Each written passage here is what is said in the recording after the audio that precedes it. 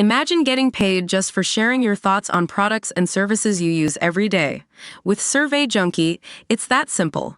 Click on the link in the video description to discover how you can start earning today by taking surveys. Rishi Sunak apologized over D-Day and admitted migrant numbers are too high, but insisted he'll deliver for Britain and not Sir Keir Starmer. The PM took questions on Sky News from political editor Beth Rigby and an audience in Grimsby with just 3 weeks to go until polling day. Sir Keir was up in the hot seat just before him. Mr. Sunak launched into a fiery attack on his opponent over Labour's missing plans for small boat migrants. But he was also pushed on his own illegal migration record. He was asked, "How many flights and people are you going to send in the summer?" The PM responded, "There will be a regular rhythm of flights, not just one. It needs to be a deterrent. If you come here illegally you will not stay, we need to stop the boats," and that is what Rwanda was about. He was asked why, if he was so confident of planes taking off, he called an election before he could get it done. Mr. Sunak said, "This was the right moment to call an election and discuss the future of our country. I have a plan for illegal migration. Keir Starmer disagrees with that plan and he doesn't have one. That's a choice people will have to make." Mr. Sunak also said he believes the country has turned a corner. He added, "We've got a clear plan for the future to make a difference to people, to cut their taxes, bring down immigration, to protect pensions." Mr. Sunak said he will continue to keep fighting hard until the last day of this election. On his early departure from D-Day commemorations, Mr. Sunak reiterated his apology for his mistake.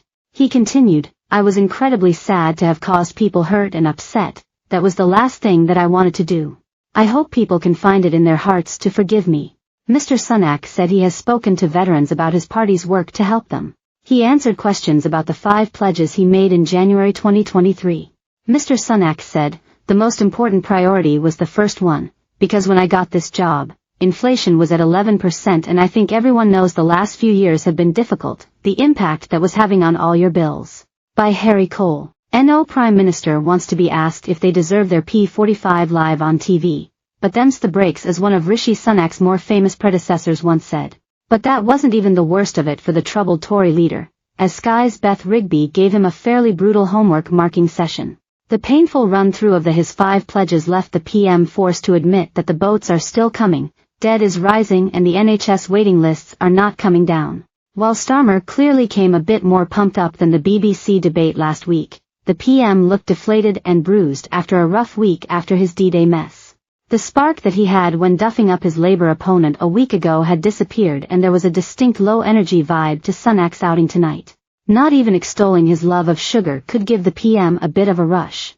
Big claps for spoiled hope and dreams in the crowd rounded off a tough outing in the room, which was noticeably and audibly more hostile to the Tories. Chapeau to the Inquisitor again though, more blood drawn and both leaders will be walking away from that showdown feeling more than a little tender. He said, inflation, was always meant to come down over time.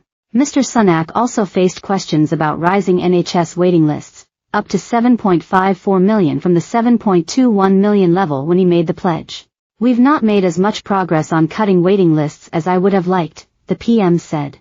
"That was something that I was keen to do, and it has proved more difficult for a number of reasons. Obviously recovering from a pandemic is not easy," he said. He said, "I think everyone knows the impact the industrial action has had, that's why we haven't made as much progress." Mr. Sunak repeated his promise of tax cuts for people at every stage of their life. He faced questions about the tax burden potentially being higher than it is now under a future Conservative government. Mr. Sunak said, "What our manifesto announced is the tax cuts for people at every stage of their life. For people in work, for people that are setting up small businesses, that are self-employed, for those young people who want to buy their first home, for pensioners, and for families." The PM